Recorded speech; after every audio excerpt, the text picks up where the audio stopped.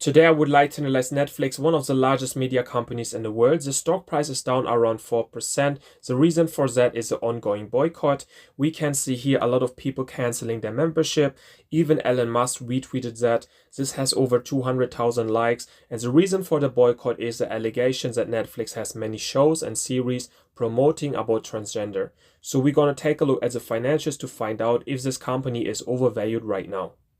The first one we can recognize is a market cap of 490.84 billion US dollar. This makes Netflix the largest entertainment company in the world by the market cap. So the stock price is down around 4%.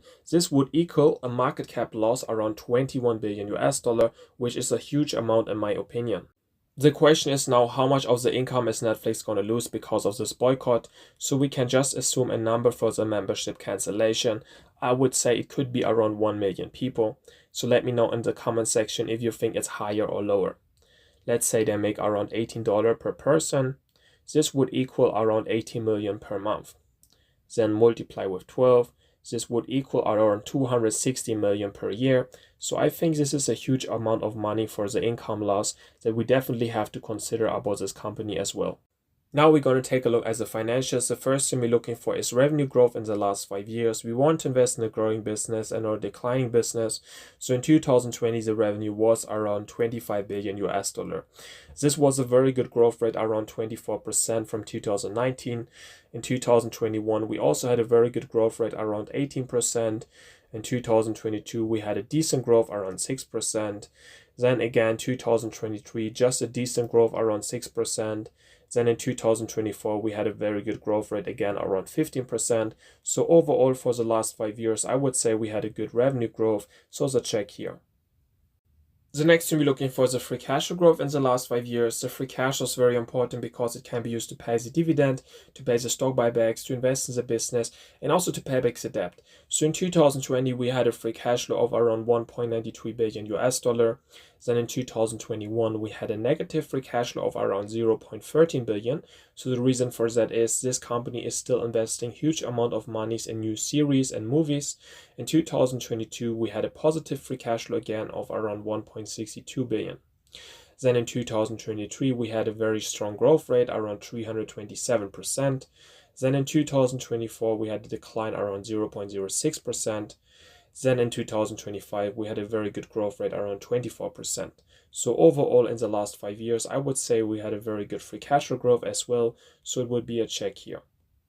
The next thing we're looking for is a free cash flow yield over 4%. This can also tell us about the valuation of this company. The higher the free cash flow yield, the higher the indication for undervaluation. So we're going to take the free cash flow from 2025, 8.5 billion. We're going to divide it with the current market cap, 490.84 billion. And then we're going to get a free cash flow yield for 2025, 1.73%. And this number is not very high in my opinion. We want to see it over 4%, so it's not a check here. We can also take a look at the future assumptions of the free cash flow. We can see here in 2026 around 12 billion and in 2027 around 14.3 billion. But in my opinion, these numbers are a little bit too high. I would assume for 2028 around 13.5 billion. So we're going to take this number, we're going to divide it with the current market cap, 490.84 billion, and then we're going to get the free cash flow yield for 2028. So the number we're going to get would be around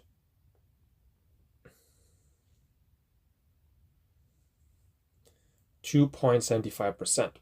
And again, this free cash flow yield is also not very high.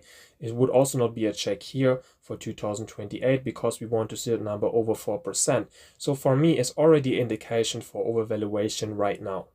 The next thing we're looking for is a debt to free cash flow ratio under 5. This means the company can repay the debt with the free cash flow in under 5 years. A very important number because if a company has too much debt and cannot repay the debt, it can risk to go bankrupt. So first we're going to take a look at the long-term debt.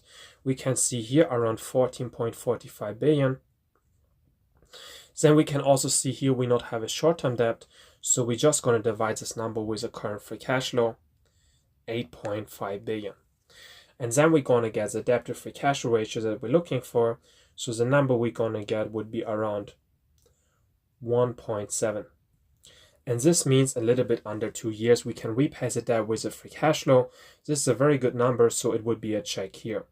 We can also take a look at the cash on hand, how much money this company has in the bank. We can see here around 8.39 billion.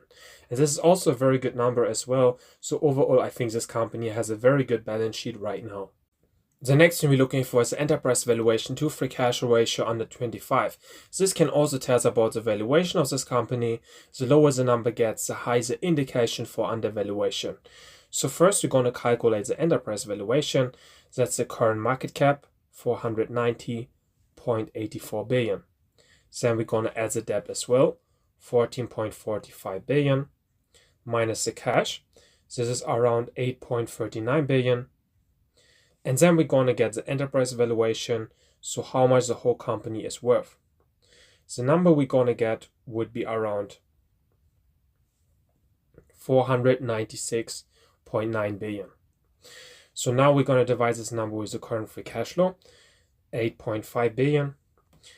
And then we're going to get the ratio that we're looking for. The number we're going to get would be around 58.45. And that's a very high number for me. We want to see a number under 25, so it's not a check here. So for me, it's already an indication for overvaluation. Well, we can also calculate this number for 2028 with the free cash flow assumptions of 13.5 billion. Then we're going to get a different number. So the number we're going to get would be around 36.8.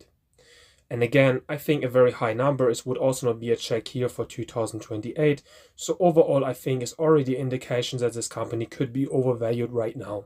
The next thing we're looking for is the shares outstanding decrease. This means the company buys back their own shares. We like to see that, especially if we think the company is undervalued. So we're going to take a look and we can see, yes, this company did some buybacks in the last 3 years. In 2023, it was over 2%, and in 2024, it was a little bit under 2%. So we can say, yes, this is a check here. They did some buybacks in the last 5 years, and I think they can also afford it because they have a very good balance sheet. Can the Netflix stock be a good buy right now? The stock price is down around 4% in the last few days. So let's start with a positive about this company. I think they had a good revenue growth in the last 5 years. I also think they have a good free cash flow growth as well. The balance sheet is also looking very good. So we have a low amount of debt and a good amount of cash on hand. They also have shares buybacks, which means they buy back their own shares, which can help the stock price to increase as well. And I also think they can afford it because they have a good balance sheet. So the negative about this company is a free cash yield of 1.73%, which is not very high. We want to see a number over 4%. And in 2028, with our free cash flow assumption, it could be around 2.75%, which is still not very good. The enterprise valuation to free cash flow ratio of around 58.45 is also way too high in my opinion. We want to see a number under 25. And in 2027, with our free cash flow assumption, it could be around 36.8, which is still not very good in my opinion. So overall, I think this is already an indication for overvaluation. Then we also have the boycotts going on, which I think can affect the stock price even more in the future. So overall, with the political pressure, I think this company is not a good buy. If you found this video helpful, don't forget to like and comment and subscribe for more content.